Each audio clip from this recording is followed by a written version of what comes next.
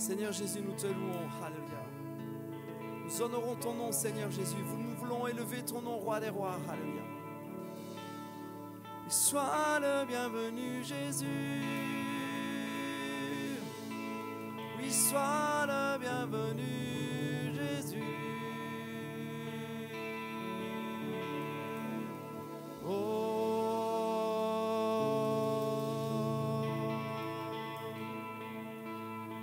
Et merci Seigneur, merci pour l'occasion que nous avons d'être ensemble encore cet après-midi.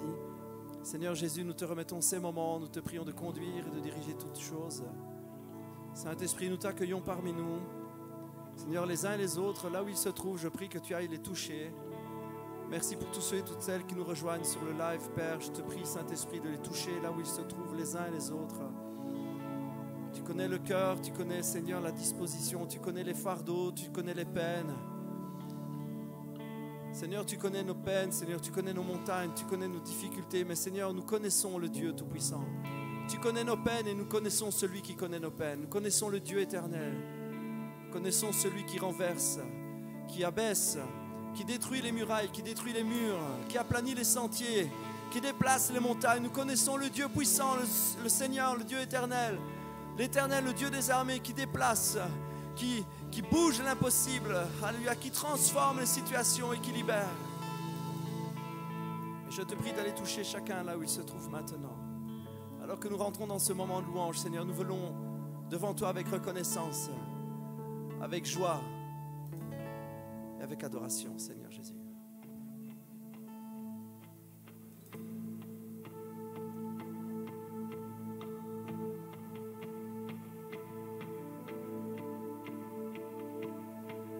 Nous vous souhaitons la bienvenue aux uns et aux autres. Soyez les bienvenus.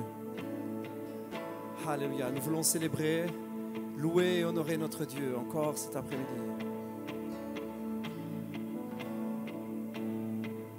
On vous invite à chanter avec nous là où vous êtes, là où vous vous trouvez. Chantez, n'ayez pas peur. Élevez, célébrez le nom de l'Éternel. David a écrit des psaumes, des tas de psaumes. Le roi David. Et il a écrit quelque chose d'absolument extraordinaire. Il a écrit « Je m'écris loué soit l'Éternel et je suis délivré de tous mes ennemis. » Alors cet après-midi, nous voulons nous écrire « Loué soit Dieu, loué soit notre Dieu, loué soit Jésus, loué soit le Saint-Esprit. » Alléluia.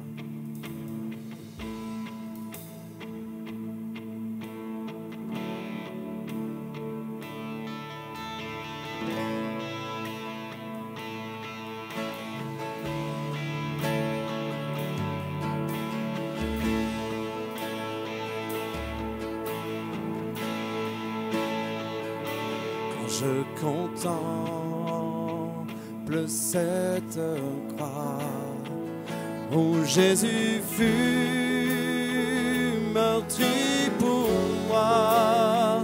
Je vois ses mains, ses pieds percés, mon sauveur au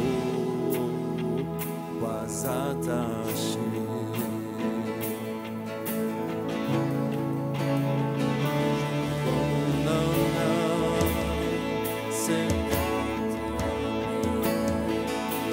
Le tombeau fut déposé, l'entrée scellée d'une odeur fière, le Messie est délaissé.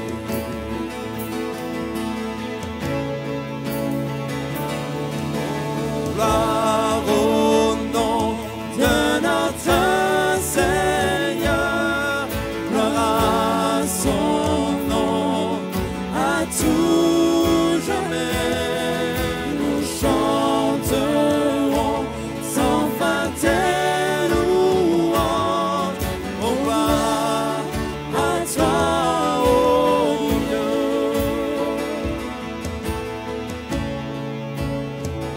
Et ce matin du troisième jour, le Fils des cieux est ressuscité. Ensemble, la mort n'est plus, elle est vainquue.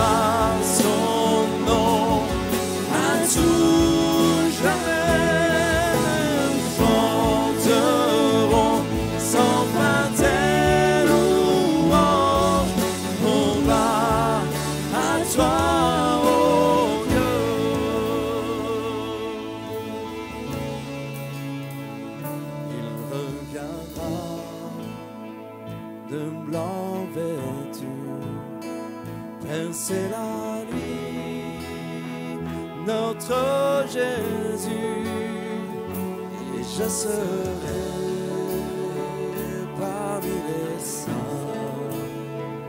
captivé par sa gloire sans fin.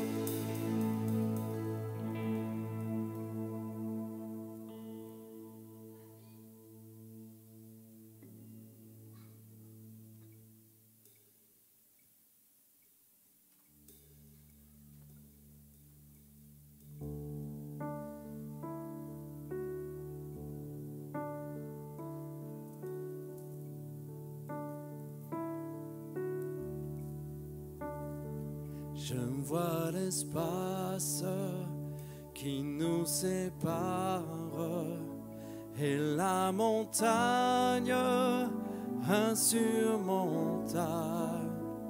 La nuit se lève sur mon désespoir. J'appelle à toi quand tout est noir. Dans les ténèbres, ta bienveillance toujours éclaire mon âme en paix. Tout est accompli tel qu'il est écrit.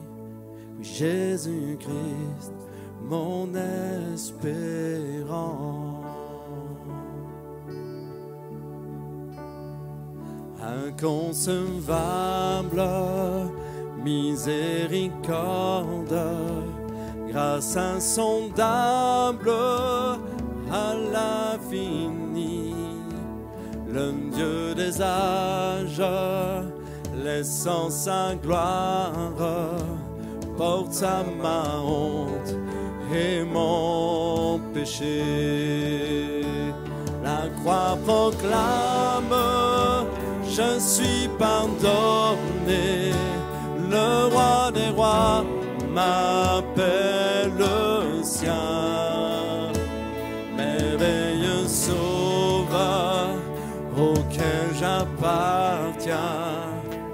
Jésus-Christ, mon espérance.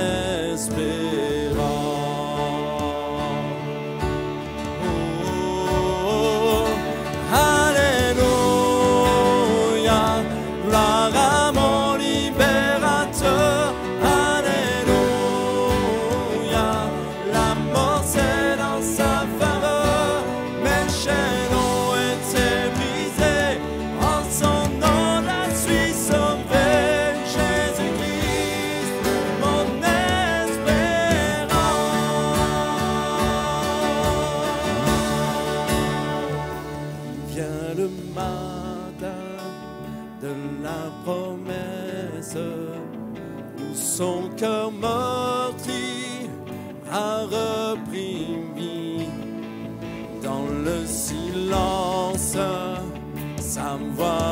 retenti.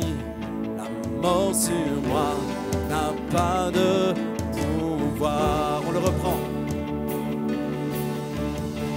Puis vient le matin. Puis vient le matin de la promesse.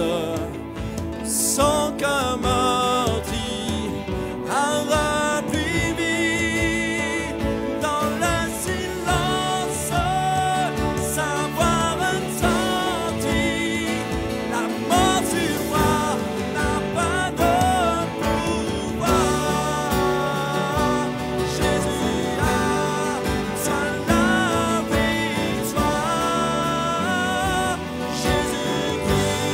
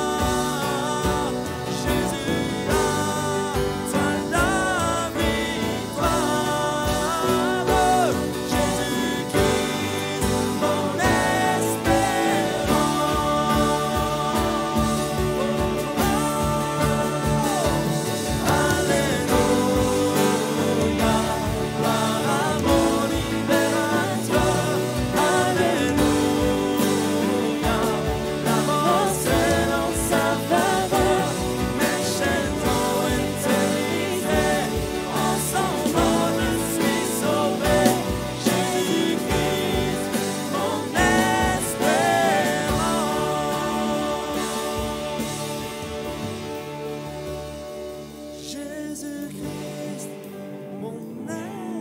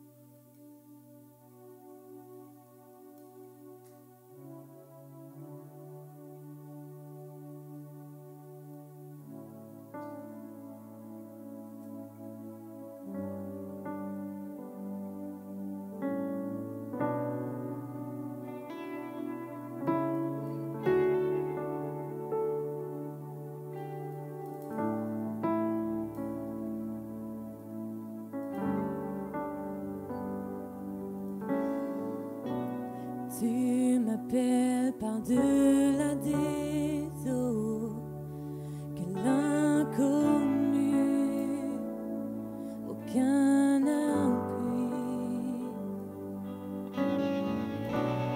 Tu te révèles dans ce mystère, dans l'abîme, ma voix demeure.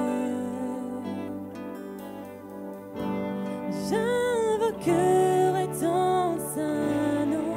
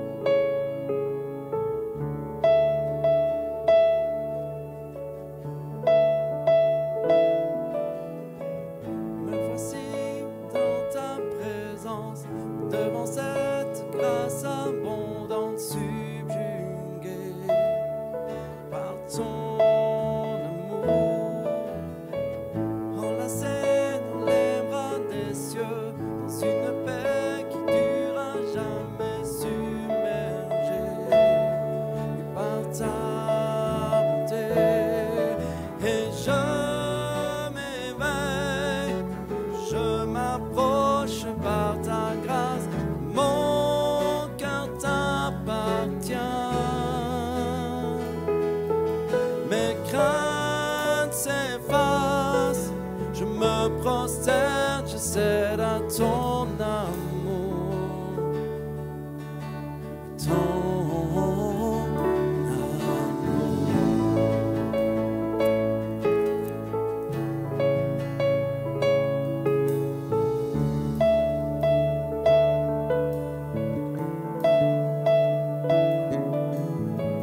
Quand je sombre, tu me poursuis, tu lèves ma tête pour voir ta gloire.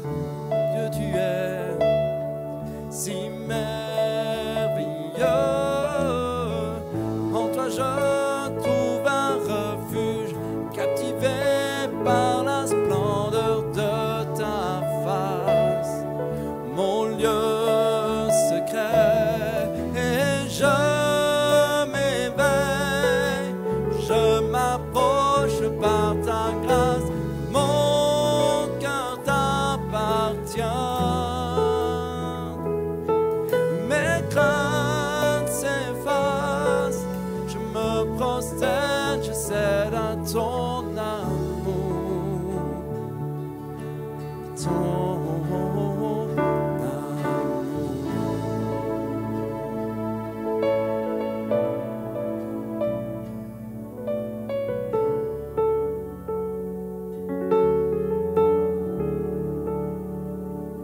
Ton grand amour inonde tout mon être. C'est toi que je recherche.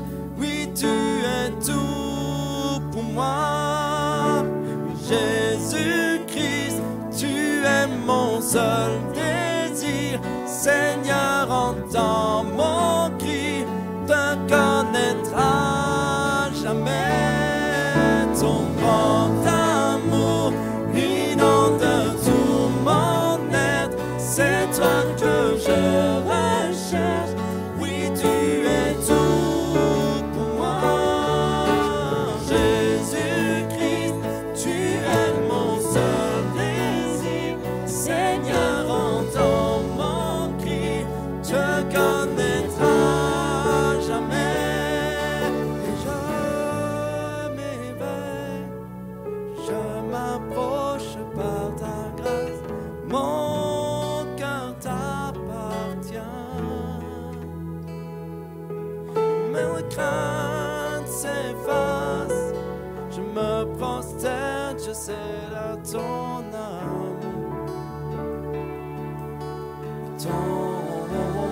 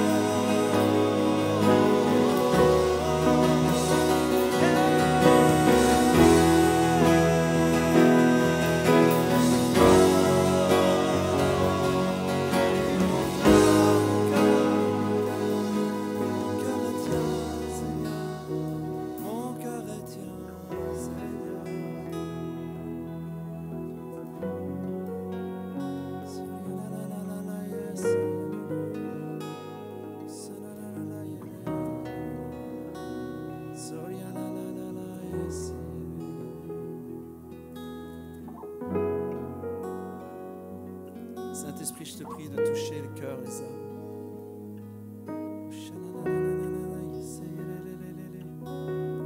Père, tu vois la situation, tu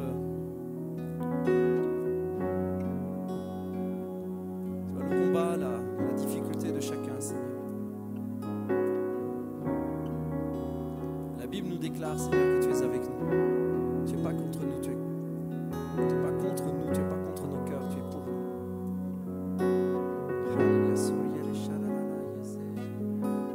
Alléluia, Père, je prie vraiment que par ton esprit, l'esprit du Dieu vivant, je prie, je proclame que tu relèves, que tu touches, que tu réconfortes tous ceux qui ont besoin de toi maintenant.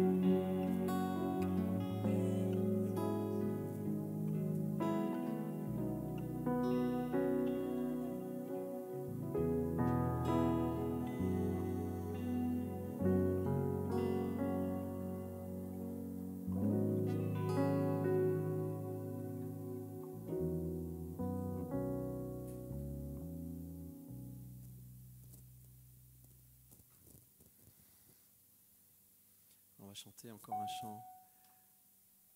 Je vous invite vraiment à vous mettre dans une disposition de cœur, dans l'adoration, simplement devant Dieu, devant Jésus, de vous mettre devant lui.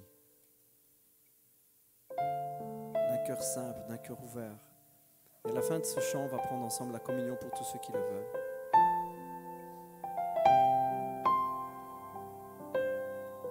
Si vous en avez l'occasion, préparez un peu de vin. On va prendre ensemble la communion.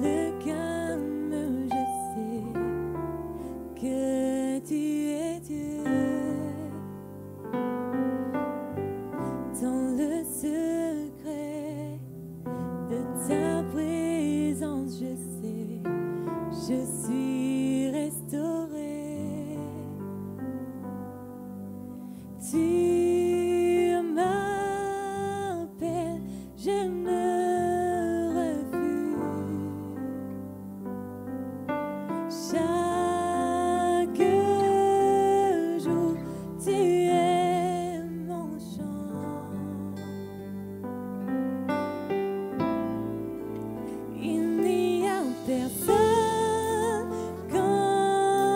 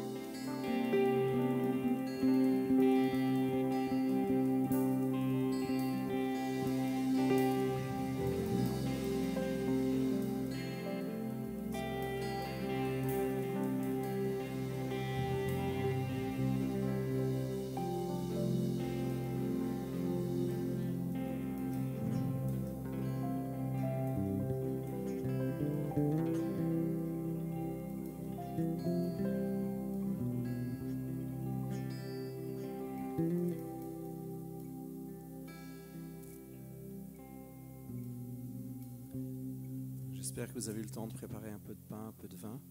Ici dans la salle, on va distribuer à ceux qui sont présents une petite portion individuelle. On va juste rester dans cette attitude de cœur, dans ce moment d'adoration. Précieux Jésus, alléluia, merci Jésus.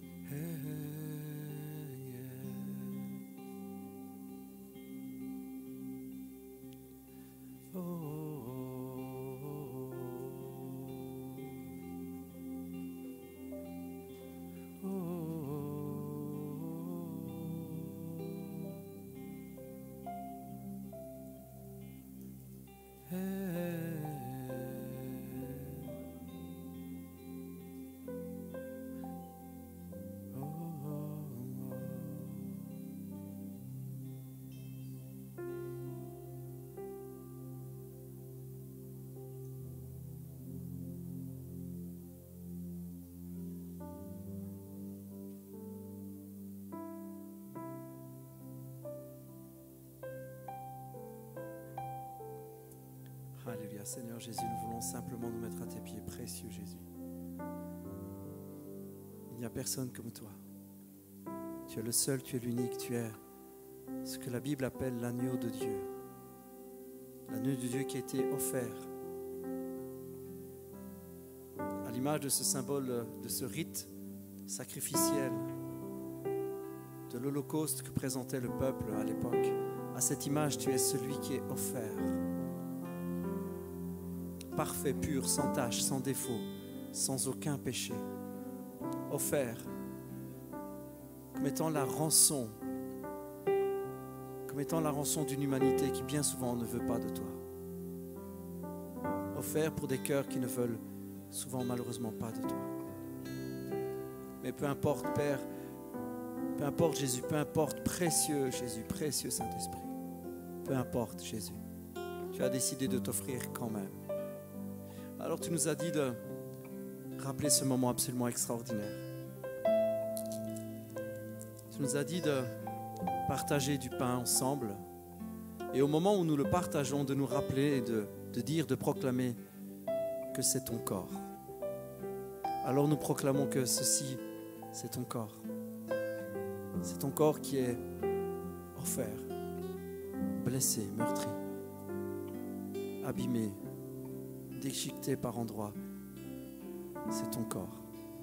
Tu nous as dit de nous en rappeler, de manger du pain et de dire ceci est ton corps. Alors Seigneur, Seigneur, Jésus, ce soir, cet après-midi, nous disons ceci est ton corps. Alléluia. Merci Jésus. Merci Jésus, ceci est ton corps.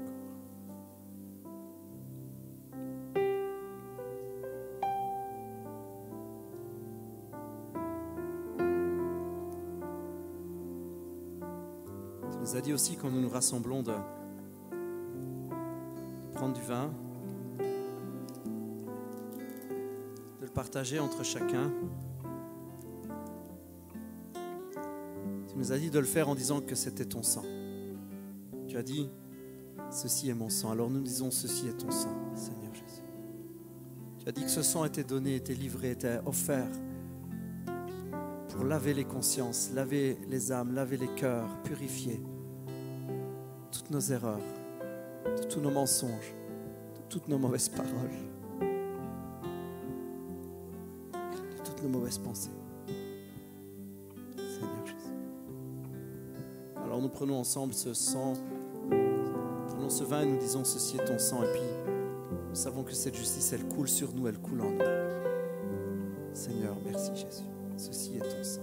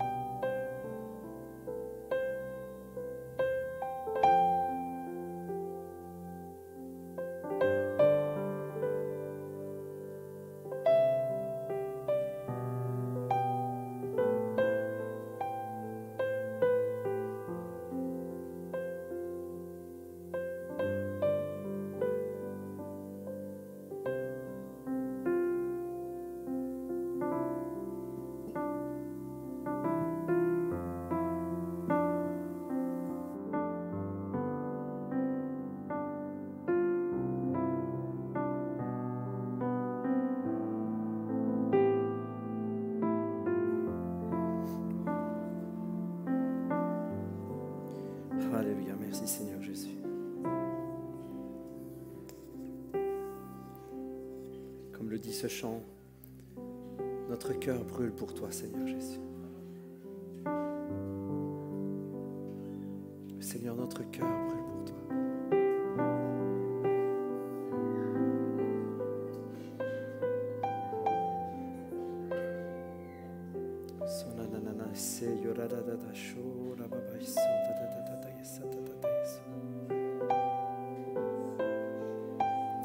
Et mon cœur brûle pour toi.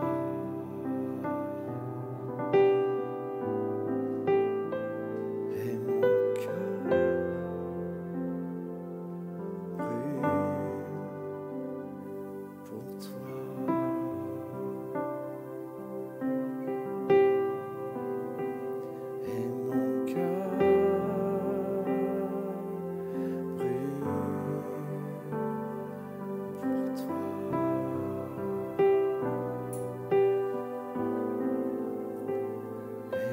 cœur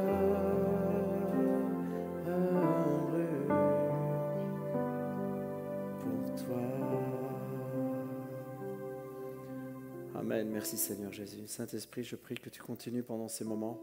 Tu continues à toucher nos cœurs, tu continues à parler à nos âmes, Seigneur. Je te prie encore d'accompagner cette parole. Merci parce que tu es avec nous. Pour tout cela, nous te disons simplement merci. Merci Jésus. Et c'est dans le nom de Jésus Père que je t'ai prié. Amen. Bien, c'est vraiment encore une joie, évidemment, une super joie d'être avec vous en ligne, d'être avec vous ici. Alors, pour petit rappel, pour ceux qui suivront ce live, vous remarquerez certainement que l'horaire a changé. Nous enchaînons 2 réunions à la suite pour pouvoir accepter et inviter le plus possible de monde. Donc, la première réunion qui est en live est donc à 15h dorénavant. Et la deuxième réunion qui est plus ouverte au présentiel est à 17h. Donc voilà, très heureux de pouvoir ouvrir les portes par rapport au live, ouvrir les portes de l'église, je dirais d'une manière électronique et via la technologie, mais très heureux aussi de pouvoir accueillir des personnes malgré tout une deuxième fois en présentiel. On est très heureux d'ouvrir nos portes même à des chrétiens d'autres communautés. C'est vraiment pour nous une grâce, c'est un honneur. Honnêtement, je ne pensais pas, il y a 1 an ou 1 an et demi, je ne pensais pas que nous ferions ça. Avoir 2 réunions consécutives, inviter des gens, ouvrir nos portes à d'autres chrétiens, je ne pensais pas que ce serait à ce point-là, mais que Dieu soit béni. C'est l'unité. C'est l'unité entre les chrétiens, même d'autres communautés, et c'est logique quelque part. On est de la même famille. C'est normal de recevoir les membres de la famille à la maison. C'est normal, c'est tout ce qu'il y a de plus normal. Quoique pour le moment, c'est pas super normal. On ne peut pas trop accepter les gens à la maison, mais quoi qu'il en soit. Merci Seigneur quand même.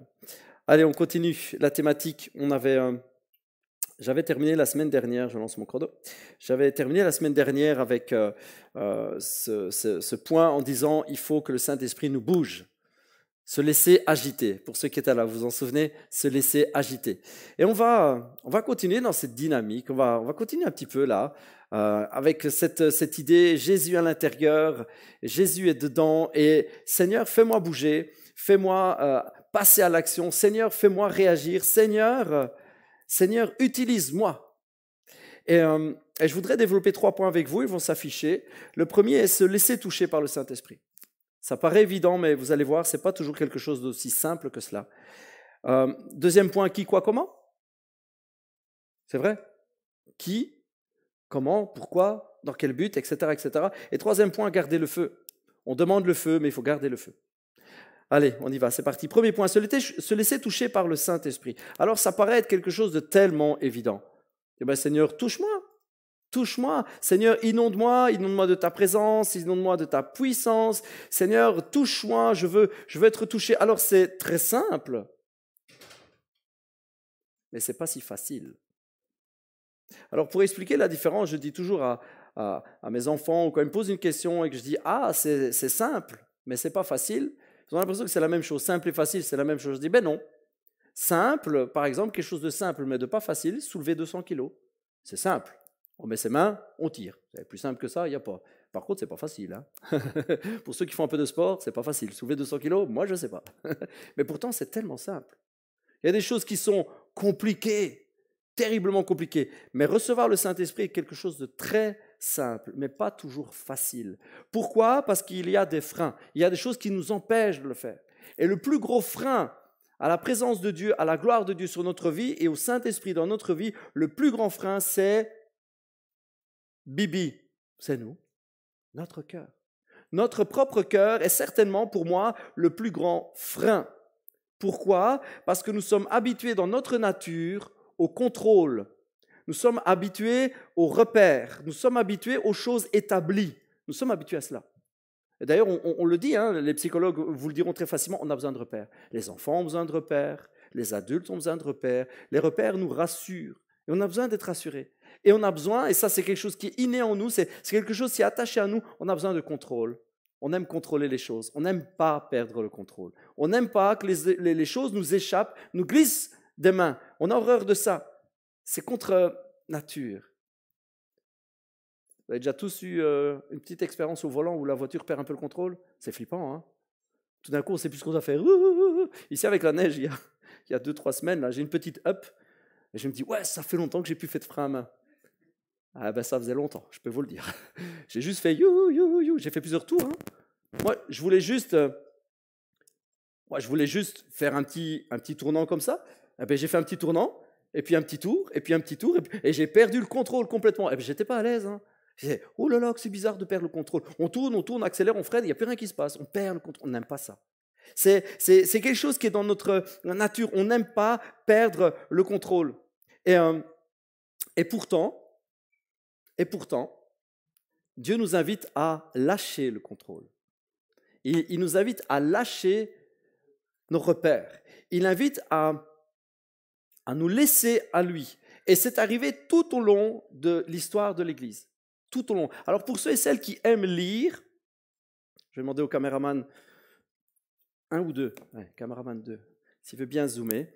Pour ceux qui aiment lire, voilà, voilà, un livre extraordinaire. Okay, c'est un livre de Randy Clark. Pour ceux qui connaissent, c'est un docteur en théologie. Donc, ce n'est pas un monsieur qui raconte ce qu'il pense, c'est un monsieur qui raconte des choses qu'il a étudiées. Randy Clark, un livre vraiment exceptionnel. Alors, je l'ai lu une fois, même peut-être deux, je l'avais prêté, je l'ai redemandé parce que je vais le relire encore. Je ne le place pas au-dessus de la Bible, ne vous inquiétez pas. La Bible, c'est toujours le livre qui est au-dessus. Mais c'est un livre extraordinaire dont le titre, c'est « Il y a plus ». Et c'est un livre qui nous emmène, une bonne partie du livre nous emmène dans l'histoire de l'Église, pour nous montrer qu'à tout moment de l'Église, il y a eu des réveils religieux et des réveils du Saint-Esprit. À tout moment de l'Église, alors parfois de manière très, très localisée, ça n'a pas été très répandu, mais à tout moment de l'histoire, l'Église a connu des réveils. L'Église a été touchée par l'Esprit. Et souvent, ça se passe de manière un petit peu surnaturelle et alors de manière qui met mal à l'aise certaines personnes. Les gens tombent, les gens pleurent, les gens crient, les gens rigolent. Alors ça met mal à l'aise. Ça met super mal à l'aise parce qu'on perd le contrôle. Et oh là là là, qu'est-ce qui se passe? Qu'est-ce qui se passe à la mamie là? Elle rigole et elle ne s'arrête plus. Qu'est-ce qui se passe là? Qu'est-ce qui se passe avec le monsieur là? Il est par terre, il tremble. Oh là là là là là. On ne contrôle pas et on n'aime pas. On n'aime pas perdre le contrôle. On n'aime pas ne pas contrôler les choses. Et on pourrait croire que c'est que des choses qui sont arrivées ici dans les années 90 avec la bénédiction de Toronto. Et puis alors, on n'aime pas parce que ça fait des choses un peu, ça fait du raffut, ça crie, ça pleure, ça rigole. Et on n'aime pas ça. Mais sachez que ça s'est passé tout au long de l'histoire. Et dans tous les milieux chrétiens, aussi bien dans l'Église catholique, dans l'Église chrétienne catholique, que dans l'Église protestante plus tard, dans les églises évangéliques, ça s'est passé tout au long de l'histoire. Pour vous donner une indication, eh bien, dans les années... je ne sais plus exactement le siècle, mais dans des siècles précédents, eh bien, dans l'Église catholique, ils avaient ce qu'ils appelaient la Sainte Jubilation. Dit comme ça fait très joli, hein, Sainte Jubilation. Mais en fait, ils se marraient, ils rigolaient. En fait. Ils rigolaient dans l'esprit.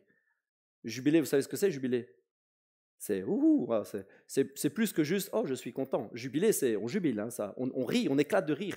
Et ils ont appelé ça la Sainte Jubilation parce que c'est arrivé à des tas de moments. Pour vous citer par exemple d'autres, il y avait les Quakers. On les a appelés les Quakers, pourquoi? Parce qu'ils tremblaient. Ils tremblaient. Alors, en anglais, earthquake, c'est un tremblement de terre. Tremblement, on les a appelés les trembleurs. Parce qu'ils tremblaient, dans la présence de Dieu, ils tremblaient. Et c'était pas hier, c'était pas dans les années 90, c'était il y a longtemps. Et tout au long de l'histoire, et voilà, si vous aimez comprendre et si vous voulez savoir, ce bouquin, je vous le conseille, il est vraiment très très bien. Et c'est un bouquin qui retrace, c'est arrivé tout au long de l'histoire, c'est arrivé à des tas de moments, et Dieu a agi, mais l'homme n'aime pas perdre le contrôle. Il n'aime pas ça. Ça nous met mal à l'aise, ça nous met dans une situation et qu'on ne sait pas trop. Et pourtant, Dieu veut répandre son esprit. Et il veut qu'on le laisse faire.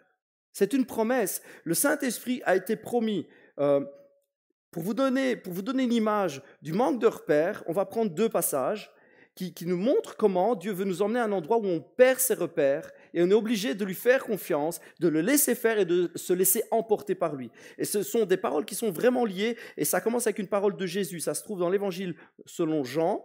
Il va s'afficher pour vous. Évangile selon Jean, Jésus va dire au chapitre 7, au chapitre 7, verset 37, Jésus va se tenir debout et il va parler. C'était la fête et le dernier jour de la fête, c'était le jour le plus solennel. Jésus va se tenir debout devant la foule et il va parler. Il va dire quoi? Si quelqu'un a soif, qu'il vienne à moi et que celui qui croit en moi en boive. Car comme le dit l'Écriture, des fleuves d'eau vive jailliront de lui. En disant cela, la Bible nous le dit, il faisait allusion à l'esprit que devaient recevoir plus tard ceux qui croiraient en lui. En effet, à ce moment-là, l'esprit n'avait pas encore été donné parce que Jésus n'était pas encore entré dans la gloire. Nous savons que l'Esprit Saint est arrivé après que Jésus soit mort, après qu'il soit ressuscité et après qu'il soit glorifié, monté vers le Père. Alors qu'il est remonté, il a promis à ses disciples, je vais vous envoyer, je m'en vais au Père, je vais vous envoyer le Saint-Esprit. Et Jésus parle de ce Saint-Esprit comme un fleuve, mais un fleuve qui jaillit de la personne, un fleuve qui jaillit de l'intérieur de la personne. Ok? Alors vous me dire, ok, je ne vois toujours pas le rapport. Voici ce que nous dit Ézéchiel. Okay, on passe dans un passage du prophète Ézéchiel. Ézéchiel au chapitre 47, il va s'afficher aussi. Un ange de l'Éternel va utiliser Ézéchiel et lui montrer des visions, va l'amener dans des visions assez réelles, au point qu'il va vivre cette vision. Ce n'est pas seulement une vision qu'il reçoit pendant la nuit ou des images, non, il vit cette vision, il la vit réellement. Et il nous parle, c'est lui qui écrit, et il nous dit ceci, « L'homme me ramena vers l'entrée du temple, et je vis que de l'eau jaillissait du dessous du seuil du temple, du côté oriental. La façade du temple était à l'est, et l'eau s'écoulait du côté sud, en passant au sud de l'autel. L'homme me fit sortir du temple par la porte nord et m'en fit contourner l'extérieur jusqu'à la porte extérieure. L'homme s'éloigna vers l'est et avec un cordeau à la main. Un cordeau, c'est un appareil de mesure. Il mesura 1000 coudées en aval et me fit traverser l'eau. Donc l'eau qui sort du temple. Okay, vous suivez. L'eau qui sort du temple, cette eau qui sort, l'ange le fait venir, mesure 1000 coudées et lui dit, viens, avance dans l'eau. Il mesura 1000 coudées en aval et me fit traverser l'eau. Elle m'arrivait jusqu'aux chevilles. Il mesura encore 1000 coudées et me fit de nouveau traverser. L'eau me venait jusqu'aux genoux. Il mesura encore 1000 coudées et me fit traverser. L'eau me venait jusqu'à la taille, jusqu'aux hanches. Il mesura encore 1000 coudées. Maintenant, c'était un torrent que je ne pouvais plus franchir. L'eau était si profonde qu'il fallait nager. On ne pouvait plus la traverser autrement. Et maintenant, moi, je vous dis, je lis les deux. Jésus dit, le Saint-Esprit, c'est comme un fleuve qui jaillit du sein de l'homme, du cœur de l'homme, que Dieu met en lui. Nous sommes appelés à être quoi? Le temple du Saint-Esprit. C'est ce que la Bible dit, nous sommes le temple du Saint-Esprit. Et puis, je passe à ce passage et je vous dis que, eh bien, cet ange a fait vivre à Ézéchiel quelque chose pour le futur. Du temple coule un fleuve. Et ce fleuve, vous savez quoi? Il nous emporte. Voilà qu'il appelle à marcher un petit peu, l'ange appelle, Ézéchiel vient. Ézéchiel vient, il marche un peu, il dit, wow, ça mouille les pieds. Il ne nous a pas dit si elle était froide ou si elle était chaude, en tout cas, ça mouille les pieds. Et puis il dit, viens plus loin. Si tu veux avancer, avance, viens plus loin. Ok, j'avance, et puis maintenant, j'ai jusqu'aux genoux. Ça commence, vous savez, c'est comme on est à la mer, ça commence à accrocher un peu. Les genoux, ça commence à fou. Et puis il dit, viens, avance encore. Il mesure 1000 coudées. Et puis il avance, il en a jusque-là. Vous savez, quand elle est fraîche à la mer, on fait alors on avance comme ça et on commence à sentir que ça pousse, ça pousse. Et puis il dit, viens plus loin, avance. Il avance, et puis il perd pied. Vous voyez, c'est là que Dieu veut nous amener. à l'endroit où on perd pied. Mais perdre pied, c'est perdre repère.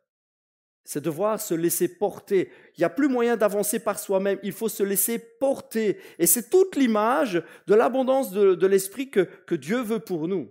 Dieu veut pour nous une vie où nous sommes portés, transportés, emportés par l'esprit. Il veut nous emmener à un endroit où on perd ses repères. Vous savez pourquoi? Selon moi, hein? Vous savez pourquoi? Parce que nos repères sont mauvais. C'est bête, hein? On a des mauvais repères. Nos repères, ils sont quoi? Humains. C'est normal, on est humain, nos repères sont humains. Et il est quoi, lui? Il est divin. Et il veut mettre en nous des repères divins. Il veut nous donner sa façon de voir, sa perspective. Et si nous restons avec nos repères humains, nous verrons tout à la manière humaine. Quand Dieu va nous parler, nous allons tout mettre en perspective humaine. Seigneur va dire, je veux t'emmener, je veux que tu fasses ça, ça, ça. Et nous, d'une manière humaine, nous réfléchissons. Est-ce que c'est faisable? Est-ce que c'est intelligent? Est-ce que je peux le faire? Est-ce que c'est cohérent? Et tout ça, c'est selon nos repères à nous. Nous réfléchissons et nous avançons selon nos repères. Et Dieu veut nous faire perdre nos repères pour mettre les siens. Parce qu'une fois qu'on est emporté avec l'eau, il dit, je veux t'emmener là. Ben oui, vas-y, emporte. Hein. Qu'est-ce que tu veux que je fasse? Je nage, le courant est trop fort. Et il nous emporte. Nos repères ne sont plus des freins parce que nous les perdons. Et c'est quelque chose d'absolument difficile à vivre. Ça nous met même mal à l'aise. Je me souviens les premières fois où j'ai été dans des réunions où il se passait des choses un peu surnaturelles, où j'ai vu des gens trembler, pleurer, tomber par terre. Ouh là là, c'était chaud patate quand même. Hein. Les premières fois, je vous avoue, j'étais un peu pas à l'aise. Ça me met mal à l'aise. Parce que je dis, ouais, quand même, ok, des gens qui pleurent dans la présence de Dieu. Mon repère humain, c'est que ça m'était arrivé. Donc ça, c'était cool. Mon repère humain. Des gens qui parlent en langue, oui, parce que j'avais déjà entendu quand j'étais petit. Mon repère humain. Ça, c'est mes repères à moi. Donc mes repères, ok. Et puis j'arrive à un endroit où il n'y a plus mes repères à moi. Où, oh là là, ils tombent par terre, ok. Alors je voyais de mes propres yeux qu'on ne les poussait pas. Il n'y avait pas un gars derrière qui faisait hop, comme ça, croche-pied, hop. Il ne faisait pas ça. J'ai même vu des endroits où les personnes étaient les yeux fermés, et puis la personne prie à côté d'eux, prie comme ça, à distance. La personne a les yeux fermés, elle ne le voit pas, et tout d'un coup, boum, elle tombe. Là, il faudra m'excuser. Ou alors ils se sont mis d'accord à 16h32. Je ferai semblant de prier, tu te laisses tomber. Ok. Ou alors ils font vraiment comme ça, ou alors la personne, elle est juste, waouh, il y a quelque chose qu'elle reçoit, elle tombe par terre. Et ce que j'ai vu aussi, c'est des personnes qui après étaient transformées, qui après étaient changées de l'intérieur. De personnes tristes, c'était devenu des personnes joyeuses. Vous savez, j'ai entendu des témoignages qui ont suivi la bénédiction de Toronto, qui a été très, très, très fortement critiquée. J'ai vu des témoignages de personnes qui, 10 ans après, étaient encore toutes chamboulées, toutes transformées. 10 ans après, 15 ans après, 20 ans après, on trouve des témoignages de gens qui encore aujourd'hui disent « Waouh, depuis ce jour, je suis dans la joie, je me lève le matin, je rigole, je suis heureux, je suis bien, je sens que Dieu est avec moi, j'ai vu un tel changement dans ma vie. » C'est ça qui compte, c'est les fruits. C'est ce qui est apporté après. Mais c'est la perte de nos contrôles, la perte de nos repères est complètement compliquée. On est d'accord? Et c'est ça qui est difficile. Recevoir le Saint-Esprit demande une perte de contrôle, une perte de repères où on laisse agir l'Esprit de Dieu, où on laisse agir le Saint-Esprit plutôt que notre côté à nous. Et c'est certainement la chose la plus compliquée. Se laisser porter. Et c'est pour qui? C'est mon point 2. Et c'est pour qui alors? Ok, à la limite, perdre le contrôle, Seigneur, je veux bien accepter l'idée que je vais te laisser faire, je veux bien. Mais c'est pour qui? C'est pourquoi? Dans quel but? Et c'est comment? Qui, quoi, qu'est-ce, comment? Qui? Eh bien c'est simple, c'est pour absolument tout le monde. C'est pour tout le monde. Le Saint-Esprit n'est pas réservé à des élites. Ou à une élite, pardon, n'est pas réservé à des chrétiens top niveau, n'est pas réservé à des leaders, n'est pas réservé aux hommes, n'est pas réservé à quoi que ce soit. Le Saint-Esprit est pour tout le monde. Un passage nous le dit, c'est dans Joël, et d'ailleurs c'est le passage que Pierre va utiliser le jour de la Pentecôte, donc on ne peut pas le dissocier, c'est un passage que Pierre utilise le jour de la Pentecôte. Il nous dit quoi? Après cela, moi, c'est Dieu qui parle, je répandrai mon esprit sur quelques-uns, sur tout le monde. Une autre version dit sur toute chair. Tout le monde. Et alors, pour être sûr qu'on a bien compris, vos fils vos filles, comme ça on est sûr que c'est filles et garçons. Il dit vos vieillards, vos jeunes gens, comme ça on est sûr que toutes les générations sont prises. Et puis alors, comme on pourrait encore douter du niveau social, il dit les serviteurs et les servantes, tout le monde. Tout le monde. Quand Dieu dit tout le monde, c'est tout le monde.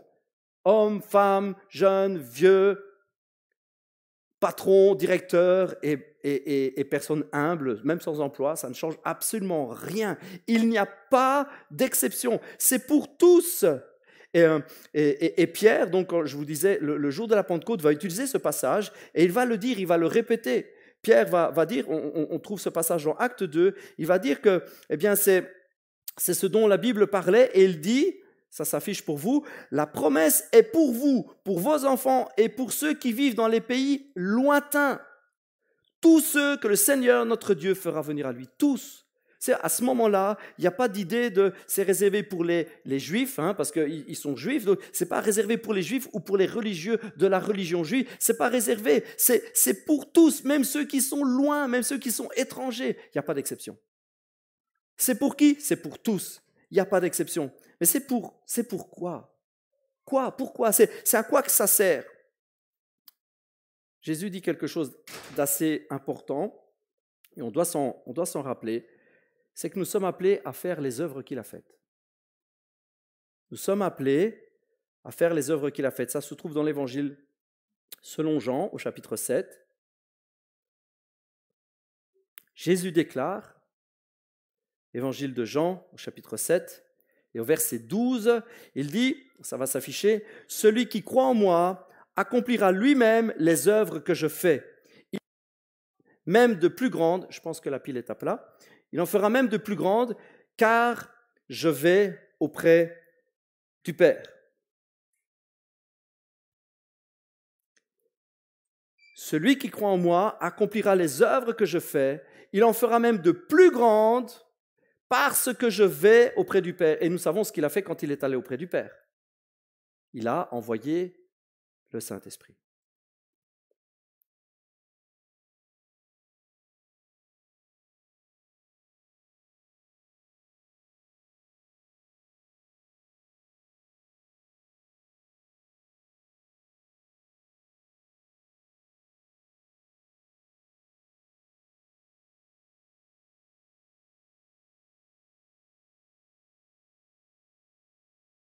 Jésus dit que il en fera de plus grandes parce qu'il va auprès du Père.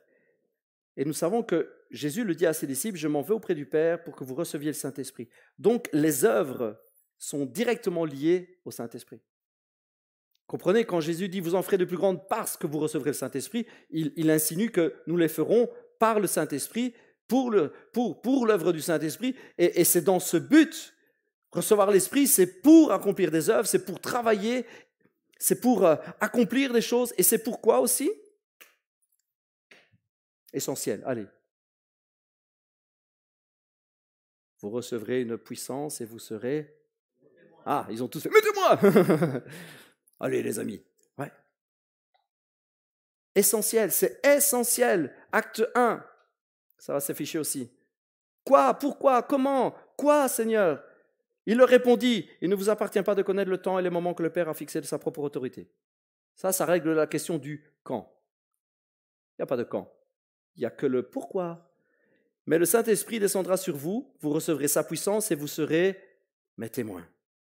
À Jérusalem, dans toute la Judée, la Samarie et jusqu'au bout du monde. Et témoin, je vous l'ai déjà dit pour ceux qui le savent, c'est le terme utilisé même dans les tribunaux, etc., c'est le terme qui veut dire preuve. Jésus dit, vous serez des preuves. Preuve de quoi? Preuve de sa puissance, preuve de sa présence, preuve de son amour, preuve de son pardon, preuve de sa paix, preuve de sa croix, preuve de Dieu. Nous serons appelés et nous sommes appelés à être des preuves jusqu'au bout du monde. C'est pour qui? C'est pour tout le monde. Pour nous, les jeunes, les vieux, les hommes, les femmes, les riches, les pauvres, c'est pour les enfants et les enfants des enfants, et même les étrangers, pour tous ceux qui viendront. Pour faire quoi? Pour accomplir les œuvres que Jésus a faites, et même de plus grandes, et pour être des témoins. pour pouvoir témoigner. Mais comment? Comment accomplir les miracles? Comment accomplir les œuvres que Jésus a faites? Vous avez déjà lu un peu les Actes des Apôtres, vous avez lu un peu les Évangiles. Il y en a des miracles là-dedans. Oh là là! Il y en a des miracles. C'est absolument extraordinaire comment Dieu agit, comment la puissance de Dieu se révèle, comment les vies sont transformées, comment les malades sont guéris. Je ne sais pas s'il y a un bouquin au monde qui parle plus de guérison que la Bible, que les Évangiles. On parle de guérison tout le temps, tout le temps, tout le temps, tout le temps. La guérison est un des points centraux de l'Évangile. Guérison du corps, guérison de l'âme, mais c'est central. La bonté, le pardon, la justice en font intégralement partie. La guérison a une place toute particulière dans le cœur de Jésus. La Bible nous dit que Jésus allait de ville en village et qu'est-ce qu'il faisait? Il papotait, rendait visite. Il allait guérissant les malades. La Bible nous dit que Jésus allait de ville en ville, village en village, maison en maison, et il guérissait les malades. Il bénissait les gens. Il faisait des signes miraculeux, à un tel point que les gens, souvent venaient des villes voisines, accouraient vers lui, venaient lui dire « Oh Seigneur, si tu peux faire quelque chose, fais ». Et le Seigneur faisait des miracles absolument extraordinaires. Absolument extraordinaires. C'est un point central. Et c'est aussi quelque chose que Jésus nous demande de faire. Ça fait partie du qui, quoi, comment. Comment? Acte 1. Ça va s'afficher pour vous. Acte 1, verset 15. Ah non, pardon, c'est pas acte 1, c'est... oui, je l'ai noté acte 1, mais c'est pas bon. J'ai oublié de mettre à jour dans ma liste. C'est évidemment... Alors, ils imposeront les mains aux malades. Les malades seront guéris, c'est quoi? Ah, fratello. Marc 16. J'ai un t-shirt avec ça marqué Marc 16. Il leur dit, allez dans le monde entier, annoncez la bonne nouvelle à tous les hommes, sous-entendu, et les femmes. Celui qui croira et sera baptisé sera sauvé, mais celui qui ne croira pas sera condamné. Il se condamne lui-même parce qu'il ne croit pas. Voici les signes miraculeux qui accompagneront ceux qui auront cru. Et là, je l'ai mis en rouge pour qu'on comprenne. En mon nom, c'est-à-dire au nom de Jésus, c'est Jésus qui parle. Au nom de Jésus, ils chasseront des démons, ils parleront des langues nouvelles, ils saisiront des serpents venimeux, et s'il leur arrive même de boire un poison mortel, cela ne leur causera aucun mal. Ils imposeront les mains aux malades, et les malades seront guéris. Ça commence comment? Ça commence en nous expliquant comment. Comment ça commence? Ça commence en son nom. C'est tout simple, hein, en fait. C'est vraiment tout simple. Hein. Ah, Miguel, c'est vraiment un bon message, je vais m'encourager. Oh, Miguel, c'est simple, c'est bien. Ouh, on comprend, c'est simple, c'est bon. Je m'encourage moi-même. Ne le faites plus, c'est trop tard. Non, c'est trop tard, je dis. En son nom, c'est tellement simple. Jésus dit « en mon nom ». C'est donc une question de quoi? D'autorité et de foi. Il faut croire et prendre ce nom, et c'est là toute l'autorité, prendre son nom et déposer ce nom sur une maladie, déposer ce nom sur un cœur triste, déposer ce nom sur une personne dépressive, déposer ce nom sur une situation compliquée, déposer ce nom sur une personne qui est prise par des démons, des mauvaises puissances, déposer ce nom, c'est ça l'autorité. Et puis croire, la foi. C'est en son nom. C'est aussi simple que ça. Mathématiquement, c'est 1 plus 1 égale 2. C'est plus simple que ça, il n'y a pas. En mon nom. On en fait, et je suis pour tous les livres sur la guérison et tout ça, et on a besoin d'apprendre plus, on a besoin d'être propulsé dans la guérison. Mais au final, vous savez, hein, au final, parfois on s'embrouille beaucoup. Hein. On doit juste y aller en son nom et par la foi. Je ne suis pas contre. Hein. J'ai moi-même écouté tellement de séminaires ou de discours et de réunions qui étaient vraiment très très bonnes. J'ai suivi, j'ai même lu des bouquins sur la guérison, etc. C'est tellement bon de nous rappeler. Mais vous savez, au final, on fait une boucle et puis on revient chaque fois à la même chose. Tous les bouquins disent la même chose au final. Hein. Ben, il faut proclamer. Hein. Ben ouais, en fait, il faut proclamer le nom de Jésus. Il y a une maladie, vous savez, la chose que moi j'ai apprise il y a quelques années et qui nous a donné de voir des résultats, la chose simple que j'avais oubliée, c'était de prendre autorité dans le nom de Jésus. J'avais oublié ça, je ne l'avais pas entendu quand j'étais petit. Quand j'étais petit, je n'ai pas entendu qu'on devait faire en son nom et prendre autorité. Je n'avais jamais entendu ça. Moi, je demandais à Dieu s'il voulait bien. Mais ce n'est pas ça que dit ce passage. Hein. Moi, je demandais à Dieu, oh Seigneur, est-ce que tu veux bien guérir tonton, tantine, papa, maman, est-ce que tu veux bien me guérir? Est-ce que tu veux bien? Et en fait, un jour, vous découvrez ça. Vous découvrez qu'il dit, en mon nom, ils chasseront. Ils ne demanderont pas à Dieu, oh, veux-tu bien chasser? Ils chasseront. En mon nom, ils parleront des langues. En mon nom, ils pourront boire même, s'il leur arrivait de boire un poison, ça ne leur fera rien. Ils imposeront les mains en mon nom et les malades seront guéris. Un autre passage nous dit quoi? Allez et guérissez les malades. C'est fort. Allez et guérissez les malades. Vous y allez et vous le faites. Et on fait comment? Je viens de te le dire. Au nom de Jésus. Tu arrives devant une personne qui est malade, il n'y a pas besoin d'en faire des tonnes, il n'y a pas besoin d'en faire des masses. Il ne faut pas se mettre en avant. Au nom de Jésus, maladie, je t'ordonne de partir. Oh, tu dis, je t'ordonne toi. Ouais. Je fais comme Jésus, j'ordonne à la maladie de partir. Ah, comme ça, toi. Mais j'ai dit en son nom. Hein. La maladie, elle sait que ce n'est pas au nom de Miguel. Hein. Elle sait que c'est au nom de Jésus. Hein. En son nom, je prends autorité. Ça change tout. Vous savez, on s'est mis à faire ça. Et vous savez, pour ceux qui nous connaissent, qu'on s'est mis à marcher dans cette voie-là. Et on a vu des résultats. Est-ce qu'on voit tous les résultats qu'on voudrait? Non. Alors qu'est-ce qu'on fait? On prie encore plus. on commande encore plus à la maladie de partir. Qu'est-ce qu'on fait? On continue, on lutte, mais on revient toujours à l'essentiel. On n'essaye pas d'expliquer, ouais, mais alors peut-être que des fois, non. On revient à l'essentiel, en son nom. Qui, quoi, qu'est-ce, comment? Qui? Tout le monde. Pourquoi? Pour la gloire de son nom, pour être des témoins, pour accomplir les signes miraculeux. Et comment on le fait? En son nom.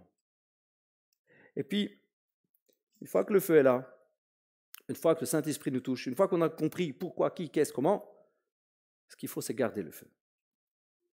Et ça, vous savez quoi? C'est pas facile. Une des pires tragédies des réveils de l'histoire, et ça, vous trouverez beaucoup de bouquins, dont le livre de Randy Clark, mais vous trouverez beaucoup de bouquins. Une des plus grandes tristesses des réveils religieux, c'est la manière dont ils s'arrêtent. Ils s'arrêtent tous plus ou moins de la même manière. Vous savez comment ils s'arrêtent la plupart du temps? Quand on oublie le point 1. Comment on le reçoit? C'est-à-dire en ne prenant pas le contrôle. Et la plupart des réveils s'arrêtent quand on reprend le contrôle. Ça arrive tellement. Vous lisez des bouquins sur les réveils, ça arrive tellement de fois. J'ai entendu un jour un songe, un rêve qu'un pasteur avait eu. Et franchement, ça m'a tellement marqué que je ne l'ai vraiment pas oublié. Ce pasteur raconte ce rêve en disant, voilà, j'ai une vision, un rêve. Et dans mon rêve, je voyais une source. Elle était placée en hauteur d'un village. Et la source, c'était vraiment une eau fraîche, une eau pure, une bonne eau. Vous savez, ce genre d'eau de montagne là qui est qu'on aimerait tous avoir dans nos robinets. Vraiment une bonne eau. Et cette source, elle avait un débit, pas ce qu'il y a de plus constant. Ça sortait un peu plus, un peu moins, un peu plus, un peu moins. Et elle atterrissait là où elle pouvait atterrir. Donc les gens venaient, mais comme ça débordait, parfois un peu plus, parfois un peu moins, que les gens venaient se servir, aux alentours, c'était, comment expliquer? C'était un peu boueux, quoi. C'était pas terrible. Et les gars, quand ils venaient, les hommes, les femmes, quand ils venaient, eh bien, ils se prenaient des grosses maclottes de boue en dessous, quoi. C'était pas ce qu'il y a de plus agréable. À un tel point qu'un jour, ils se sont dit, ce serait peut-être bien de faire quelque chose pour ça, non? C'est peut-être bien de canaliser un petit peu, de rendre ça un peu plus propre. Et puis, comme on a un problème de débit, ça va plus, ça va moins, ce serait bien, en contrebas, on ferait bien des canalisations, puis en contrebas, eh bien, on va faire une sorte de gros récipient, un bassin, comme ça va être rempli, et puis on aura toujours de l'eau. La source, parfois, elle fait un peu plus, parfois un peu moins, c'est le principe du barrage, quoi. Il y aura tout le temps de l'eau, puis on ira chercher l'eau là, puis c'est tout aussi bien, c'est l'eau qui vient de là, c'est tout aussi... mais ce sera plus propre, on fera un béton, peut-être même des carrelages, et puis ce sera propre, et puis on aura un gros réservoir, comme ça, quand l'eau coule un peu moins, on prend dans le réservoir, et puis quand il y en a beaucoup, on a le temps que ça monte, parce qu'on fera un beau réservoir. Tout le monde a dit amen, mon frère, c'était génial. Et puis, vous savez, comme ça marche toujours, il y a des rebelles. Il y en a qui ont dit, moi, je continue à aller à la source. Salis-toi les bottes. Il y en a qui sont allés à la source, et puis on a construit, on a irrigué, on a fait quelque chose. Bon, c'était en contrebas. Hein. Alors, comme on a dû faire un gros réservoir, on a fait un endroit où on ne voyait plus trop la source, mais peu importe, l'eau coule, l'eau coule, l'eau coule. Et puis, on a fait petit bazar, petite déviation, pop, pop, un beau bassin, on a fait un grand bassin. Et puis on a ouvert, on a laissé couler, puis on a vu l'eau arriver, on a vu, et puis tout le monde est, ouh, amen, amen, c'est génial, l'eau est montée, l'eau est montée. Et puis les gens sont venus là, ils se salissaient plus, à part 2, 3 illuminés qui ont envie d'aller salir les bottes. Et il y en a qui allaient encore à la source, ils disent, mais moi je vais à la source, je préfère l'eau de la source. Ah, toujours qu'ils font à leur mode. Et puis vous savez, les années ont passé.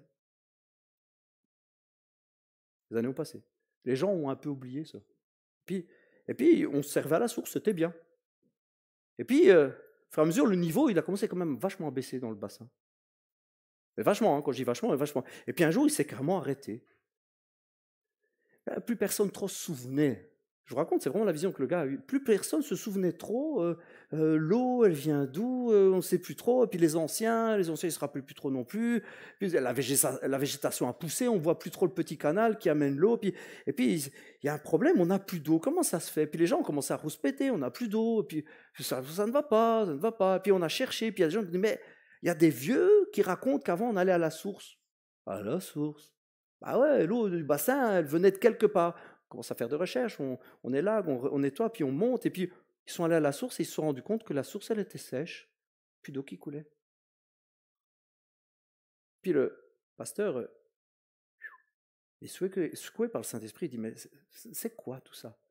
Il dit, ça, c'est moi et l'Église. Moi et l'Église. Ouais, c'est moi la source. Mais moi, je sors, j'y vais, alors parfois plus fort, parfois moins fort, ça dépend un peu d'une personne d'une autre, d'une église d'une autre. C'est pas toujours contrôlable. Alors parfois, il y a un peu de dégâts dans le sens que ça met mal à l'aise, il y a de la boue, on ne contrôle pas tout. Mais l'eau, elle est pure, elle est propre, elle est fraîche. C'est l'eau, c'est la source. Alors oui, c'est un peu boueux, etc. Mais c'est ce que je demande qu'on accepte de ma part. Et puis souvent, les églises essayent de me contrôler. On va faire ça plus propre, plus droit, plus carré, avec des bonnes règles. On va faire un petit canal bien propre, ça c'est ce que les églises font. Et puis on va faire un bassin, on va réguler le niveau, parce qu'il ne faut pas que ça y aille trop fort quand même. On crie, on danse, oui, mais pas trop fort. Il y en a qui pleurent et tout ça, la boue, on n'aime pas. Et puis, ces églises ne savent pas que la source se tarit et finit par être fermée. Et ils vivent sur leurs réserves. Bon, pendant un moment, ça va. Et puis on est à sec. C'est propre, mais sec. Il dit ça, c'est l'histoire de l'Église. Alors, vous savez, moi j'ai entendu ça et ça m'a fait vachement réfléchir. Je dis, Seigneur Jésus, on est en train de prier pour un réveil. Et j'ai fait une promesse à Dieu.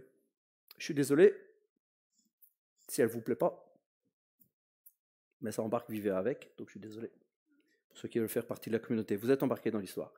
J'ai promis à Dieu que je ne construirai jamais de bassin. Je dis, Seigneur, je t'en supplie, garde-moi de construire un bassin. Garde-moi de vouloir contrôler, Seigneur. Eh bien, si ça fait de la boue, ça fera de la boue. Et si ça met mal à l'aise, ça mettra mal à l'aise. Si certains disent, oh, c'est trop salissant, je ne viens pas. Eh bien, on dira, on t'aime, on te bénit, ne viens pas. Mais je ne construirai pas de bassin. Ça m'a secoué au plus profond de moi-même. Vous savez, ce qui compte, c'est d'aller à la source en permanence. La source pure. De l'esprit. Ce qui compte, c'est d'aller au pied de sa croix, c'est d'aller là et de recevoir dans un lien direct. Que ça passe pas à travers une conception humaine, que ça passe pas à travers une construction humaine, des plans humains, que ça passe pas à travers une canalisation ecclésiastique, que ça passe pas à travers une canalisation religieuse, que ce ne soit pas un bassin d'église, que ce soit juste la source. La source. Oui, gardez le feu. Demande de ne pas oublier le point 1. Si nous recevons le Saint-Esprit, c'est parce que nous laissons le contrôle à Dieu. Garder le réveil demande que nous lui laissons le contrôle encore et encore et encore et encore. Et que jamais nous ne reprenions le contrôle. Seigneur, fais de la manière dont tu veux le faire. Seigneur, fais ce que tu veux faire, de la manière que tu veux faire, au moment où tu veux le faire, avec qui tu veux le faire. Et si c'est boueux, Seigneur, que ta volonté soit faite. Alléluia. Oui, nous sommes invités à nous laisser toucher par le Saint-Esprit. Nous sommes invités à lui faire confiance, à nous abandonner à lui. Nous sommes invités à faire cela. C'est malaisant, je le reconnais. C'est malaisant. Et je vous disais tout à l'heure, oui, les premières fois que je me suis retrouvé dans des réunions un petit peu mouvementées, ça m'a fait un peu spécial. Mais vous savez, avec le temps, je suis retourné à d'autres. J'ai par exemple été, ça va peut-être choquer certains, je suis allé 2 fois visiter Toronto, par exemple. Pas que je crois que le lieu soit mythique, vous savez, comme on va faire des pèlerinages, rien à voir. J'avais à cœur d'aller visiter l'église qui avait connu ça. Je suis allé visiter l'église est vraiment chouette en fait. L'église est vraiment bien. J'ai eu la chance d'y aller 2 fois au Canada. Et j'ai été étonné par la simplicité des gens. Étonné vraiment. Je suis allé avec, je peux peut-être pas vous citer, avec mon frangin et mon beau-frère. Je plaisante, mais certains vraiment nous fusillent quand on dit qu'on est allé à Toronto. Peu importe. Je suis allé 2 fois. Et la première fois que je suis allé, j'étais vraiment touché par la simplicité des gens. Et je me souviens, on y est allé pour un week-end. Hein. Oh, bonjour la fatigue. Hein. On est allé, on avait des yeux comme ça, mais bon, soit. On est allé pour le week-end, on a passé juste un week-end là. Puis la deuxième fois quand j'y suis allé, on a passé presque une semaine, donc c'était un peu plus relaxant. Et je me souviens juste, on assiste au culte du matin. Mon frère, il s'en rappelle. Seigneur Jésus. On dit, on va prier. Bon, à part ça, la louange était cool. C'était une grande salle, je sais pas moi, 3-4 000 places. C'était joli, de la moquette au sol. Enfin, un beau bâtiment. Les chrétiens très gentils, très souriants. Une chouette musique un peu pop-rock de la louange actuelle. C'était vraiment cool. On sentait la présence de Dieu. Puis on va prier pour les gens. Alors nous, on se met debout. Et, oh, Seigneur, ouais, viens nous toucher. Ah bah ouais, tiens. Je vois encore le papy arriver. Je ne dis pas ça pour me moquer de lui. Hein. Vraiment. Parce que vraiment que Dieu soit béni et qu'il soit béni. Mais le gars, il arrive comme ça. Hop, pam, pam, pam. Je dis, oulala, où le monsieur il a bu, ou il était vraiment dedans, hein, il était vraiment, il vient et il me touche, il me dit juste, en anglais fire, ça veut dire feu, il fait juste fire. Je suis tombé, blaf, je suis tombé dans les chaises, blam, blam, blam. Je dis, qu'est-ce qui s'est passé? Il m'a juste touché d'un doigt, il m'a fait fire, et il se marrait, il est passé au suivant, comme ça, complètement dans l'esprit. Vous savez, les premières fois, j'étais mal à l'aise, et là, j'étais très bien, en fait. Je me sentais plus mal à l'aise du tout. Et puis après, malheureusement, ils se sont acharnés sur nous. On était 3 à terre. On a des photos, mais qu'on ne publiera pas. Et puis, ils ont appelé des autres, parce que quand ils ont su qu'on était des petits Européens, qu'on venait juste pour le week-end, ils ont dit, quoi, vous venez que pour ça? Ah ouais, on vient visiter, on veut recevoir cet esprit de réveil, on veut le ramener à la baraque. Je dis, quoi? Ils ont appelé, alors ils disent, attends, mais les sœurs là-bas, elles ont un mystère prophétique. Les sœurs, venez, puis attends, je vais appeler la femme du pasteur. Eh bien, venez. Il y avait un Français, là, qui faisait ses études, alors c'était facile pour parler. Il dit, yeah, super les gars, attends, je vais appeler un tel. À un moment, il a fait des photos d'ailleurs parce qu'il trouvait ça rigolo, lui aussi. On était 3 par terre et des tas de gens qui priaient sous nous. Moi, je me souviens d'une mamie qui priait. À chaque fois qu'elle priait, ça faisait boum dans mon ventre. C'était assez désagréable, entre guillemets. Mais on est parti avec une telle waouh, inondé de sa présence. Ils ont prié avec nous pendant 1 heure. Ils nous ont donné des paroles prophétiques que j'ai commencé à voir s'accomplir d'ailleurs. Et donné des paroles, ils ont prononcé des choses sur nous. Et je me suis rendu compte que c'était plus du tout malaisant pour moi. Il y a un moment, on est plus mal à l'aise. Et quand je suis retourné 1 année ou 2 après à une conférence qui était à Toronto, là, j'étais même juste super à l'aise, en fait. Je me souviens avoir dit à mon beau-frère cette fois-là, j'étais là, j'ai dit, en fait, moi, j'aime bien cette ambiance-là. J'ai dit, on est chez les Maboules, mais c'est cool. J'ai dit, moi, j'aime bien, je me sens bien, je suis un Maboule parmi les Maboules, moi, ça me va. J'étais là, et puis ça tombait, ça rigolait. Puis j'ai dit, il y en a qui seraient complètement, qu'est-ce que je fais là? Et moi, j'étais là, je dis, merci Jésus, je suis bien, moi, je suis dans la paix. J'étais vraiment bien, je me sentais dans sa présence. J'étais juste tellement à l'aise. Vous savez, quand on s'abandonne à lui, quand on finit par ne plus avoir nos repères, ne plus voir les choses à notre manière, mais qu'on les voit juste dans sa perspective à lui, où il dit, Seigneur, vas-y, touche les gens, bah, il tombe, il rigole, il reste debout, oh, Seigneur, fais comme tu veux. On finit par se détacher de nos repères humains, et tout d'un coup, c'est cool, on est juste bien dans sa présence. Et je me suis vraiment promis, j'ai promis à Dieu qu'on ne construirait pas de bassin, qu'on ne ferait pas un petit canal irrigué, propre et tout ça. On ne ferait pas ça. J'ai dit, Seigneur, tu envoies le réveil, et on le prend comme tu l'envoies.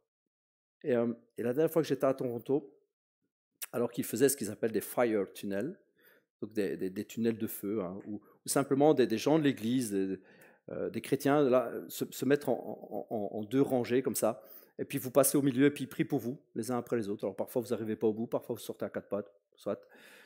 Moi je me souviens être sorti de 1 à 4 pattes, comme ça, je sortais à 4 pattes, soit. Et je me souviens qu'au milieu, une dame m'a arrêté. Et elle m'a dit qu'à travers le ministère, etc., Dieu allait faire des choses absolument extraordinaires en Europe.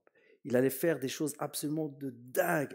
Et je lui ai dit, parce qu'on me l'avait déjà dit, j'ai dit, ouais, je sais, en anglais, je dis, yes, I know. Puis elle a dit, non, vous ne savez pas. J'ai dit, on me l'a déjà dit. Elle dit, non, vous imaginez pas. Elle était assez choquée de ce qu'elle me disait. Elle dit, vous imaginez pas. Elle dit, non, vous imaginez pas. Elle m'a dit, je vais prier pour vous. Amen, prie. C'est là que j'ai dû sortir un peu à quatre pattes. J'ai eu du mal à sortir. J'étais vraiment beau. Eh bien, elle m'a dit, Dieu va faire des choses de dingue. Il va faire des choses qui, elle dit, c'est extraordinaire. Il me montre les choses, ça va être extraordinaire. Mais il faut le laisser faire. Il faut le laisser faire. Il faut lâcher nos repères. Lâcher le contrôle. Alors, j'avais prévu qu'on prenne, on n'a plus trop le temps, on va juste prendre le temps de prier. J'avais prévu qu'on prenne le temps pour prier pour cela. On a un petit 10 minutes encore pour prier avant de se quitter. Mais peut-être, Maria, tu peux venir jouer un peu de piano si ça ne t'ennuie pas. On va prendre un temps pour prier pour cela. Et j'aimerais qu'on prie juste pour que Dieu prépare nos cœurs. Vous savez, Dieu fait bien les choses. Dieu ne vient pas en cassant tout. Il ne vient pas en bousculant tout d'une manière à ce qu'on soit brisé à l'intérieur. Dieu vient, mais avant, il prépare. Il prépare afin qu'on le reçoive, on soit prêt à le recevoir. Après, ce qui se passe, c'est que quand il vient, souvent, on se rend compte qu'on n'était pas assez prêt. C'est quand même très chamboulant. Mais Dieu nous prépare pour qu'on puisse porter cela. Et c'est ma prière, en fait, aujourd'hui. Je voudrais qu'on prie pour cela. Je voudrais qu'on prie ensemble en disant, Seigneur, prépare nos cœurs. Seigneur, nous voulons vivre la source. Nous voulons vivre l'action du Saint-Esprit. Mais Seigneur, nous voulons être disposés et nous voulons que nos cœurs soient disposés, Seigneur, selon ta volonté, Seigneur Jésus.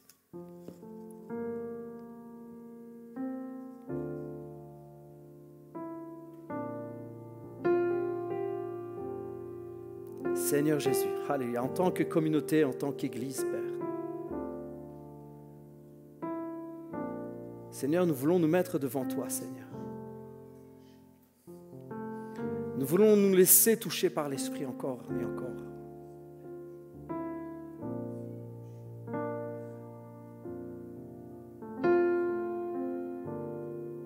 Prépare nos cœurs, Seigneur Jésus.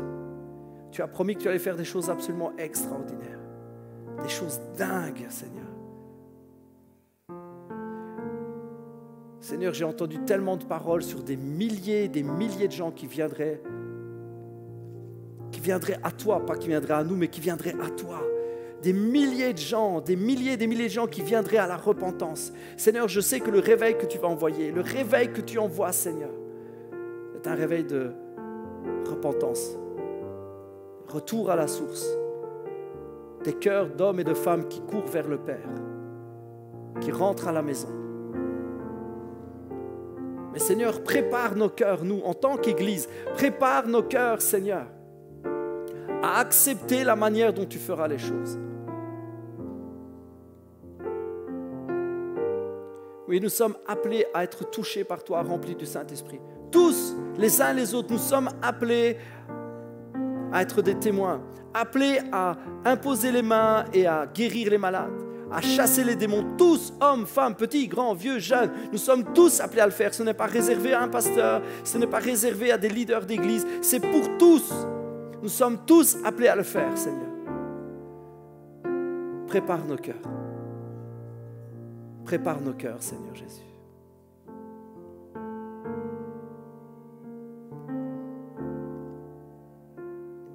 Merci Saint-Esprit. Alléluia.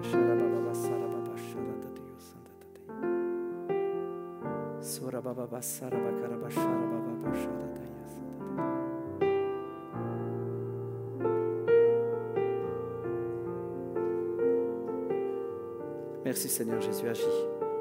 Je prie pour tous ceux, Père, qui suivent ce live. Je prie de les toucher d'une manière particulière là où ils sont à la maison. Seigneur, et si des personnes ne sont pas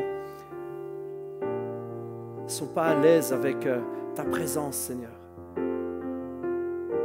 qui n'ont jamais connu, qui n'ont jamais vécu ta présence, qui n'ont jamais vécu une effusion du Saint-Esprit, je te prie de préparer leur cœur, Seigneur.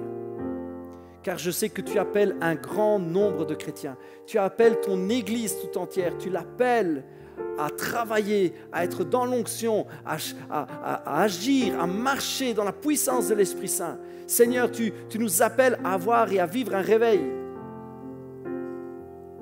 et à perdre le contrôle, à te faire confiance. Merci Seigneur Jésus. Je prie pour tous ceux qui nous regardent en live, Père, afin que tu les bénisses maintenant. Seigneur, j'ai le sentiment que tu appelles des hommes et des femmes à rentrer à la maison du Père.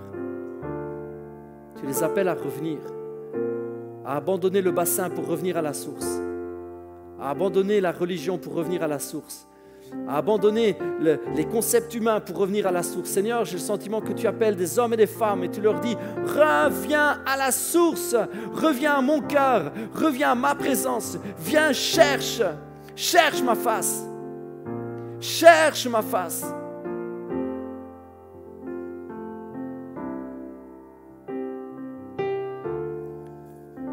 Alléluia, merci Seigneur Jésus. Le Seigneur nous appelle à plus d'intimité, à passer du temps avec lui, à passer du temps dans la prière, dans la louange, dans la lecture de sa parole. Il nous appelle à passer du temps avec lui, à libérer du temps dans notre agenda de semaine, à faire l'effort de libérer du temps, à libérer des cases, à libérer du temps et libérer de l'espace dans notre cœur, à lui faire un cœur plus grand, à élargir notre cœur. Le Seigneur nous appelle à être prêts pour un réveil. Viens et passe du temps avec moi. Passe du temps avec moi. Oh, alléluia, merci Seigneur Jésus. Seigneur Jésus, je te remercie, je te loue. Oh Seigneur Jésus, je sais que tu as des grandes choses en réserve. Tu prépares de grandes choses. Merci Seigneur. Tu prépares de grandes choses. Alléluia, merci Seigneur Jésus. Oh Jésus, alléluia.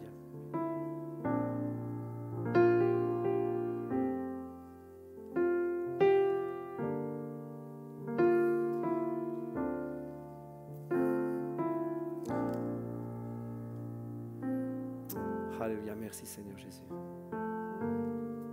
Je voudrais simplement terminer en disant que si, pour ceux et celles qui suivent le live, si certains ne sont pas à l'aise avec la question du Saint-Esprit, n'ont jamais vécu vraiment une effusion du Saint-Esprit, vous pouvez nous écrire et nous laisser des commentaires et nous écrire en particulier. Même si c'est à distance, on peut prier avec vous, on peut prier pour vous.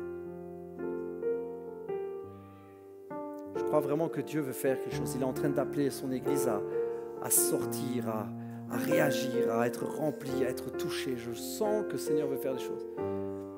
Et si les uns et les autres ont à cœur, ne connaissent pas, mais ont à cœur de vivre cela, vous pouvez laisser des coordonnées, on priera avec vous, on priera pour vous.